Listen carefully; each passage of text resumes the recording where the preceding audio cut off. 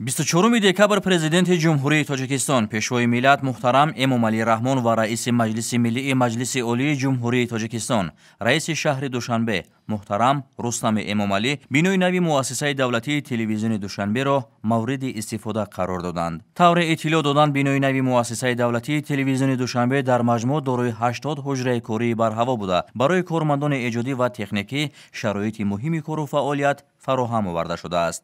باعث افتخار است که با تشبث اساسگزار صلح و وحدت ملی پیشوای ملت پرزیدنت کشور جناب عالی محترم امامعلی رحمان و اقدام سازندگی و آبادکارانه رئیس مجلس ملی مجلسی عالی جمهوری تاجیکستان رئیس شهر دوشنبه رستم امامعلی اهل کارمندان مؤسسه دولتی تلویزیون دوشنبه صاحب یک بینای زمانوی گشتند.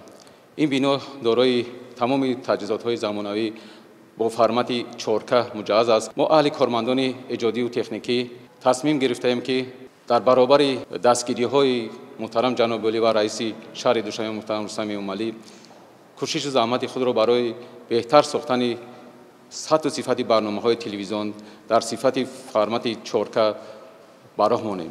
телевизиони Душанбе дорои 4 студияи муҷаҳҳаз бо муҳимтарин лавозимоти соҳавӣ буда, калонтарини он студияҳои якум ва дуюм мебошанд ки барои сабти барномаҳои консертӣ, ток-шоу ва барномаҳои калонҳаҷм пешбинӣ шудаанд. ҳар ду студия дорои 4 маҷмӯи таҷҳизоти студиявӣ ва 3 ҳуҷраи ёрирасон буда, дар маҷмӯъ имкони ҷойгиркунонии то 50 мухлисро доранд. студияҳои сеюм ва чорум бо 2 маҷмӯи таҷҳизоти студиявӣ ва 8 ҳуҷраи корӣ сохта шуда, барои ташкил ва дар сатҳи баланд баргузор намудани барномаҳои гуногуни телевизионӣ пешбинӣ шудааст. муассисаи давлатии телевизиони Душанбе дар замони соҳибистиқболии мамлакат бо дастгирии асосгори сулҳу ваҳдати миллӣ пешвои миллат президенти ҷумҳурии Тоҷикистон муҳтарам Эмомалӣ Раҳмон ва раиси Маҷлиси миллии Маҷлиси олии ҷумҳурии Тоҷикистон раиси шаҳри Душанбе муҳтарам Рустами Эмомалӣ соҳиби бинои наву замонавӣ ва шароити мусоиди корӣ гардид. дар маҷмӯъ 4 студия бо муосиртарин технологияи соҳавӣ аз қабили дастгоҳу таҷҳизоти рақамии формати сабташон 4K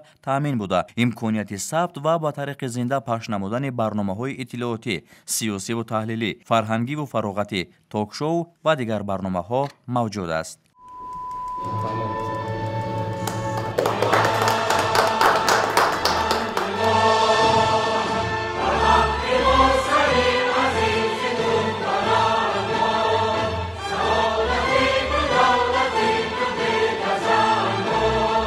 муассиса дорои парки зарурии техникӣ буда, студияи сайёри он аз 3 автомашинаи калони махсус иборат аст. ҳама ҳуҷраҳои корӣ бо дастгоҳу таҷҳизоти муосир ва мебели хушсохту замонавӣ ҷиҳозонида шудааст. студияи марказии пахши барномаҳо, толори маҷлисгоҳ бо 200 ҷойи нишаст, ҳуҷраҳои кории роҳбарият, дизайнерҳои графикӣ, барномасоз, китобхонаи электронӣ ва анъанавӣ, синфхона барои машғулиятҳои такмили ихтисос, ҳуҷраи истироҳат, ҳуҷраи коркарди маълумоти бойгонӣ. дар маҷмӯъ ҳамаи ҳуҷраҳои бинои нави муассиса дорои шароити хуби кору фаъолият ҳастанд. мо кормандон ва аҳли эҷоди муассисаи давлатии телевизиони Душанбе миннатдории худро ба асосгузори сулҳу ваҳдати миллӣ пешвои миллат президенти ҷумҳурии Тоҷикистон муҳтарам Эмомалӣ Раҳмон ва раиси шаҳри Душанбе муҳтарам Рустами Эмомалӣ барои сохта ба истифода додани این بینای نو بیان می نماییم. این اقدام نجیبانه نشانه روشن توجه پیوسته پیشوای ملت به رشد ساحه اطلاعات و شرایط ارزنده فراهم آوردن به کارمندان این ساحه می باشد. بنا با اینفراساختار معاصر، تجهیزات تکنیکی و محیط سازنده برای ما امکان می‌دهد تا برنامه‌های جالب و دیدنی را پیشنهاد بینندگان نماییم. бинои нави муассисаи давлатии телевизиони Душанбе бо истифода аз санъати баланди меъмории миллӣ бунёд гардида, қисмати берунаи он пурра шишабандӣ шудааст. ҳамчунин бино ба шабакаи гармидиҳӣ пайваст буда, ҳуҷраҳо бо системаи ҳавотозакунии автономӣ васл карда шуданд. роҳравҳои атрофи бино бо истифода аз санги хоро оро дода шуда,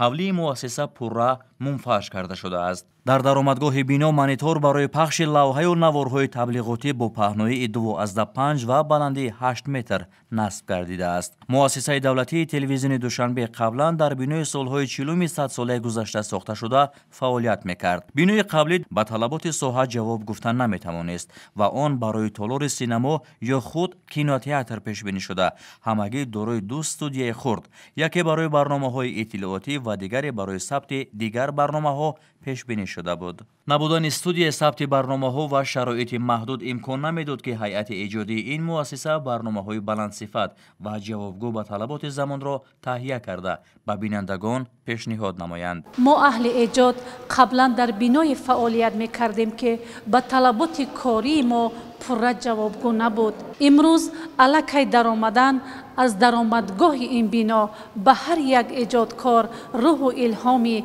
تازه میبخشد. استودیوهای زمانوی، اتاقهای کاری کشاد و برهوا، کامپیوترهای زمانوی در نزد هر یک ایجادکار شرایط خوبی کاری را فراهم کرده است. در زمینه دستگیری‌های همیشگی رهبریت عالی دولت دایره پخش تلویزیون دوشنبه وسیع گردیده آن را توسط ماهواره در زیاده از 40 کشور دنیا با صفت فول اچ تماشا کردن ممکن است. سرور دولت محترم امامعلی رحمان ضمن بازدید با اطمینان ابراز داشتند که هیئت ایجادی و تکنیکی تلویزیون دوشنبه با فعالیت در شرایط خوب و زمانوی و با استفاده از نوترین تکنولوژی ساحه تلویزیون بیننده خود را با تازه‌ترین خبر و رویدادها و برنامه‌های جالب و دیدنی تأمین می‌نمایند. اجرای مسئولیت اجتماعی، راستقولی، خدمت به منفعت جامعه، رعایت معیارهای کسبی و اخلاقی، بلند برداشتن معرفت شهروندان و مساعدت به تحکیم صلح و ثبات از جمله طلبات پیشوای ملت محترم امامعلی رحمان